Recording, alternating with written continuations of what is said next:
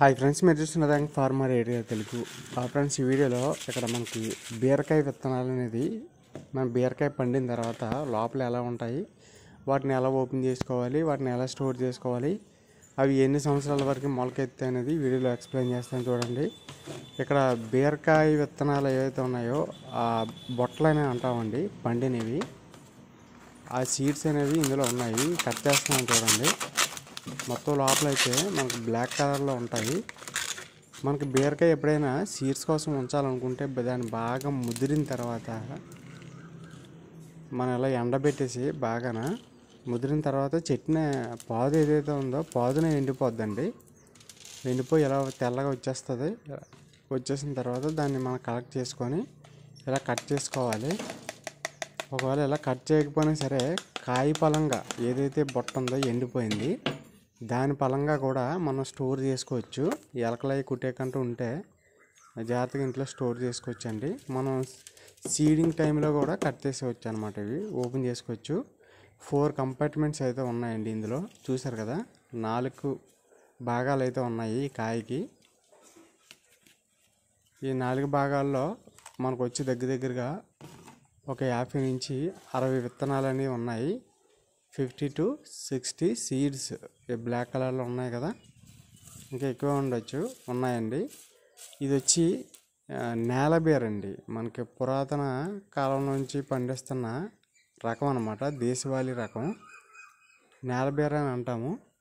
బీరకాయలు వచ్చేసి ఒక మూర పొడవు అయితే ఉంటాయండి, ఒక అడుగు పొడవు అయితే ఉంటాయి. మనం నేలలో పండించినట్టయితే ఒక 2-3 అంగుళాల పొడవు తగ్గుతుందండి. కానీ కాయ అయితే బాగానే ఉంటుంది, మంచి రుచికరంగా అయితే ఉంటుందండి. ఇంకొక సీడ్ ఉంది, ఇది కట్ చేస్తున్నాను చూడండి, బొట్ట. ఇవి వచ్చి మనకి ఇక్కడ నేను వేయడం జరిగిందండి. ఆ వేసిన వాటిలో ఒక 2 అయితే ఉంచాను నెక్స్ట్ వేసుకోవడం కోసం. ఇవి 3 కంపార్ట్మెంట్స్ అయితే ఉన్నాయండి, అంటే 3 భాగాల కింద అయితే ఉంది. అంటే ఒక్కొక్క కాయ ఒక్కొక్క అలా అయితే ఉంటుంది. సీడ్స్ కూడా ఒక కాయలు ఎక్కువ ఉంటాయి, ఒక కాయలు తక్కువ ఉండొచ్చు. ఎందుకంటే ఇది పాలినేషన్ జరిగే విధానాన్ని బట్టి అయితే ఉంటుంది. పాలినేషన్ అప్పుడే సీడ్స్ ఎన్ని ఉండాలో అందులో డిసైడ్ అవుతాయి అన్నమాట. ఇది 4 ఉంది, ఇది 3 అయితే ఉంది. మళ్ళీ 2 ఒక పాదు ఇయ్యే.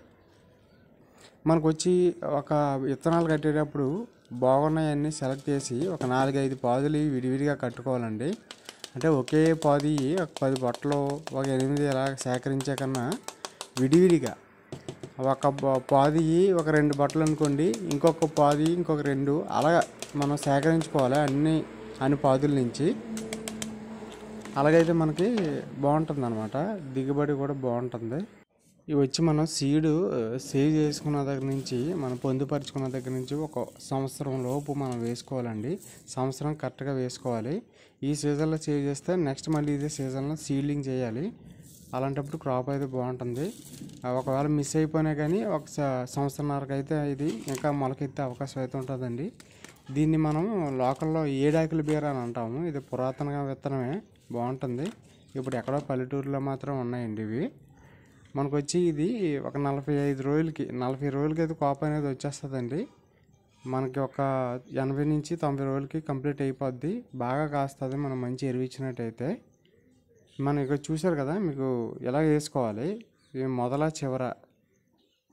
మొదల కిందకి పెట్టాలి, చివర పైకి పెట్టి ఇలా నాటుకోవాలండి.